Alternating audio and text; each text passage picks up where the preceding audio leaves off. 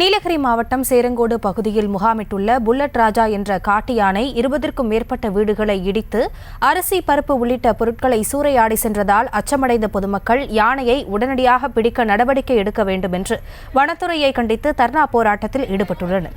இதுகுறித்த கூடுதல் விவரங்களோடு இணைகிறார் எமது செய்தியாளர் அனீஷ். வணக்கம். வனத்துறை தரப்பிலிருந்து என்ன சொல்லப்படுகிறது? அவர்கள் அந்த யானையை பிடிக்க ஏதேனும் நடவடிக்கை எடுத்திருக்கிறார்களா? விவரங்கள் என்ன?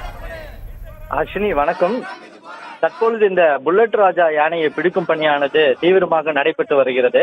நீலகிரி மாவட்டம் சேரங்கோடு, சேரம்பாடி, பிதற்காடு சுற்றுப்பகுதிகளில் கடந்த 10 நாட்களுக்கும் மேலாக சுற்றி திரியும் புல்லட் ராஜா என்ற காட்டு யானை வீடுகளை சூறையாடி உடைமைகளை சேதப்படுத்தி வருவது மக்களிடையே பெரும் அச்சத்தை ஏற்படுத்தி வருகிறது. இந்த நிலையில் 50 பேர் கொண்ட வனத்துறையினர் 5 குழுக்களாக பிரிந்து காட்டு யானையின் நடமாட்டத்தை இரவு பகலாக கண்காணித்து வருகின்றனர். ட்ரோன் கேமரா மூலம் காட்டு யானையின் நடமாட்டத்தை கண்காணிக்கும் வனத்துறையினர் அடர்ந்த வனப்பகுதிக்குள் விரட்டும் பணியில் ஈடுபட்டு வருகின்றனர். இந்த நிலையில் நேற்று இரவு வனத்துறையினருக்கு போக்கு காட்டிய புல்லட் ராஜா காட்டு யானை ஆனைப்பள்ளம் குடியிருப்பு பகுதியில் உலா வந்தது. இதனால் மக்கள் அச்சமடைந்து உள்ளனர். மேலும் 4 வீடுகளை அங்கு சேதப்படுத்தி உள்ளது.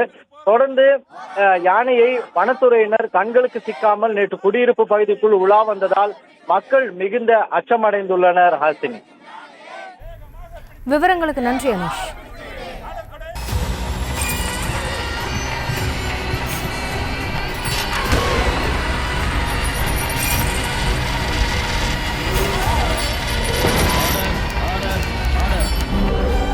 நிகழ்தகவு குற்றங்களின் மறுபரிமாணம் நாள்தோறும் இரவு 10 மணிக்கு இணைந்திருங்கள் நமது நியூஸ் தமிழ் தொலைக்காட்சியோடு.